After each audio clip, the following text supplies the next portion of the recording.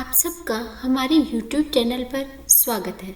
सभी को मेरा राधे राधे। आज हम श्रीमद् भागवत गीता के 6 अध्याय के महात्म्य का श्रवण करेंगे। तो चलिए शुरू करते हैं। श्री भगवान कहते हैं, सुमुखी, अब मैं 6 अध्याय का महात्म्य बताता हूँ, जिसे सुनने वाले मनुष्यों के लिए मुक्ति करतलगत हो जाती है। गोदावरी नदी के तट पर प्रतिष्ठानपुर नामक एक विशाल नगर है, जहाँ मैं पिपलेश के नाम से विख्यात होकर रहता हूँ। उस नगर में जानश्रुति नामक एक राजा रहते थे, जो भूमंडल की प्रजा को अत्यंत ही प्रिय थे। उनका प्रताप मार्तंड मंडल के प्रचंड तेज के समान जान पड़ता था। प्रतिदिन होने वाले उनके यज्ञ के धुएं से नंदन वन के कल्प वृक्ष इस प्रकार काले पड़ गए थे, मानो राजा की असाधारण दानशीलता देखकर वे लज्जित हो गए हों। उनके यज्ञ में प्राप्त पुरोडाश के रसास्वादन में सदा आसक्त होने के कारण देवता लोग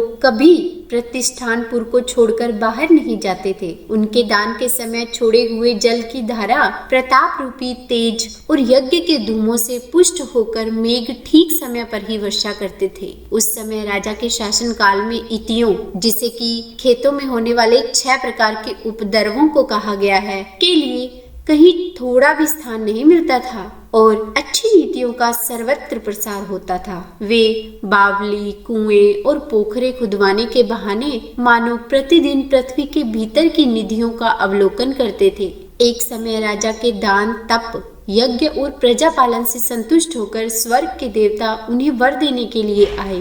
वे कमल नाल के समान उज्जवल हंसों का रूप धारण कर अपनी पांखें हिलाते हुए आकाश मार्ग से चलने लगे। बड़ी उतावली के साथ उड़ते हुए वे सभी हंस परस्पर बातचीत भी करते जा रहे थे। उनमें से भद्राश्व आदि 2-3 हंस वेग से उड़कर आगे निकल गए। तब पीछे वाले हंसों ने आगे जाने वाले हंसों को संबोधित करते हुए कहा कि अरे भाई भद्राश्व, तुम लोग वेग से चलकर आगे क्यों गए हो? यह मार्ग बड़ा ही दुर्गम है, इसमें हम सबको साथ मिलकर चलना चाहिए। क्या तुम्हें दिखाई नहीं देता? यह सामने ही पुण्य मूर्ति महाराज जानश्रुति का तेज पुंज अत्यंत स्पष्ट रूप से प्रकाशमान हो रहा है। उस तेज से भस्म होने की हमें आशंका है, अतः हमें सावधान होकर चलना चाहिए। पीछे वाले हंसों के ये वचन सुनकर आगे वाले हंस हंस पड़े और उच्च स्वर से उनकी बातों की अवहेलना करते हुए बोले, अरे भाई, क्या इस राजा जानश्रुति का तेज ब्रह्मावादी महात्मा रैक के तेज से अधिक तीव्र है? हंसों की ये बातें सुनकर राजा जानश्रुति अपने ऊंचे महल की छत से उतर गए और सुखपूर्वक आसन पर विराजमान हो अपने सारथी को बुलाकर बोले कि जाओ, महात्मा रैक को यहाँ लेकर आओ। राजा का यह अमृत के समान वचन सुनकर मह नामक सारथी प्रसन्नता प्रकट करता हुआ नगर से बाहर चला गया। सबसे पहले उसने मुक्तदायिनी काशीपुरी की यात्रा की, जहाँ जगत के स्वामी भगवान विश्वनाथ मनुष्यों को उपदेश दिया करते हैं। उसके बाद वह गया क्षेत्र में पहुंचा, जहाँ प्रफुल्ल नेत्रों वाले भगवान गदाधर संपूर्ण लोकों का उद्धार करने के लिए निवास करते हैं। तदंतर नाना तीर्थों में भ्रमण करता हुआ सारथी पाप नाशिनी मथुरापुरी में गया। यह भगवान श्री कृष्ण का आदि स्थान है, जो परम महान एवं मोक्ष प्रदान करने वाला है। वेद और शास्त्रों में यह तीर्थ त्रिभुवनपति भगवान गोविंद के अवतार स्थान के नाम से प्रसिद्ध है। नाना देवता और ब्रह्म ऋषि उसका सेवन करते हैं। मथुरा नगर कालिंदी के किनारे शोभा पाता है, यानी कि यमुना नदी के किनारे स्थित है। उसकी आकृति अर्धचंद्र के समान प्रतीत होती है। वह सब तीर्थों के निवास से परिपूर्ण है। परम आनंद प्रदान करने के कारण सुंदर प्रतीत होता है। गोवर्धन पर्वत के होने से मथुरा मंडल की शोभा और भी बढ़ गई है। वह पवित्र वृक्षों और लताओं से आवृत है। उसमें 12 वन हैं। वह परम पुण्य में तथा सबको विश्राम देने वाले श्रुतियों के सारभूत भगवान श्री कृष्ण की आधार भूमि है। उसके बाद मथुरा से पश्चिम और उत्तर दिशा की ओर बहुत दूर तक जाने पर सारथी को काश्मीर नामक नगर दिखाई दिया, जहाँ शंख के समान उज्जवल गगनचुंबी महलों की पंक्तियां भगवान शंकर के अट्टहास की भांति शोभा पाती हैं, जहाँ ब्राह्मणों के शास्त्रीय आलाप प्रताप सुनकर मूक मनुष्य भी सुंदर वाणी और पदों का उच्चारण करते हुए देवता के समान हो जाते हैं। जहाँ निरंतर होने वाले यज्ञ धूम से व्याप्त होने के कारण आकाशमंडल मेघों से धुलते रहने पर भी अपनी कालिमा नहीं छोड़ता, जहाँ उपाध्याय के पास आकर छात्र जन्मकालीन अभ्यास से ही संपूर्ण कलाएं स्वतः ही पढ़ लेते हैं, तथा जहाँ मणिकेश्वर नाम से प्रसिद्ध भगवान चंद्रशेखर देहधारियों को वरदान देने के लिए नित्य निवास करते हैं। कश्मीर के राजा माणिकेश ने दिग्विजय में समस्त राजाओं को जीतकर भगवान शिव का पूजन किया था, तभी से उनका नाम माणिकेश्वर हो गया।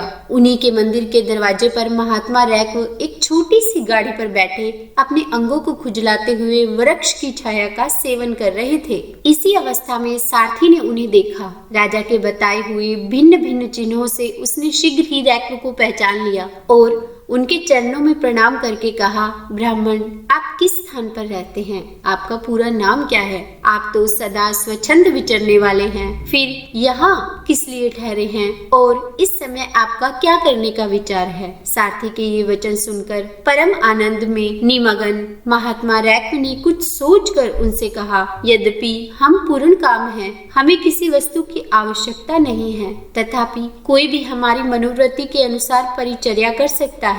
रैक्व के हार्दिक अभिप्राय को आदर पूर्वक ग्रहण करके सारथी धीरे से राजा के पास चल दिया। वहां पहुंचकर राजा को प्रणाम करके उसने हाथ जोड़ सारा समाचार निवेदन किया। उस समय स्वामी के दर्शन से उसके मन में बहुत ही प्रसन्नता थी। सारथी के वचन सुनकर राजा के नेत्र आश्चर्य से चकित हो उठे। उनके हृदय में रैक्व का सत्कार करने की श्रद्धा जागृत हुई। उन्होंने 2 खच्चरियों से जुती हुई एक गाड़ी लेकर यात्रा की, साथ ही मोती के हार, अच्छे अच्छे वस्त्र और 1 सहस्र गौएं भी ले ली। कश्मीर मंडल में महात्मा रैक्व जहाँ रहते थे उस स्थान पर पहुंचकर राजा ने सारी वस्तुएं उनके आगे निवेदन कर दी और पृथ्वी पर पड़कर साष्टांग प्रणाम किया। महात्मा रैक्व अत्यंत भक्ति के साथ चरणों में पड़े हुए राजा जान श्रुति पर कुपित हो उठे और बोले, रे शूद्र, तू दुष्ट राजा है, क्या तू मेरा वृतांत नहीं जानता? यह खच्चरियों से जुती हुई अपनी ऊंची गाड़ी ले जा, ये वस्त्र, ये मोतियों के हार और ये दूध देने वाली गौएं भी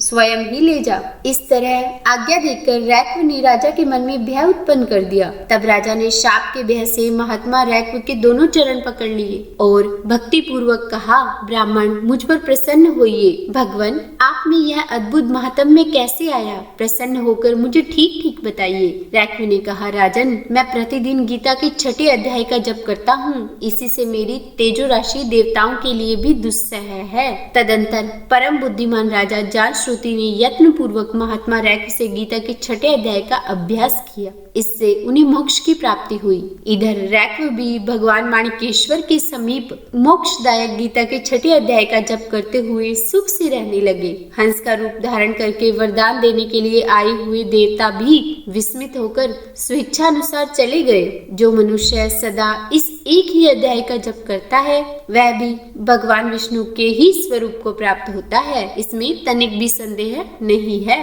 अगर आपको मेरी यह वीडियो पसंद आई हो तो लाइक एंड शेयर करें, सब्सक्राइब करें और कमेंट में राधे राधे लिखना बिल्कुल भी न भूलें।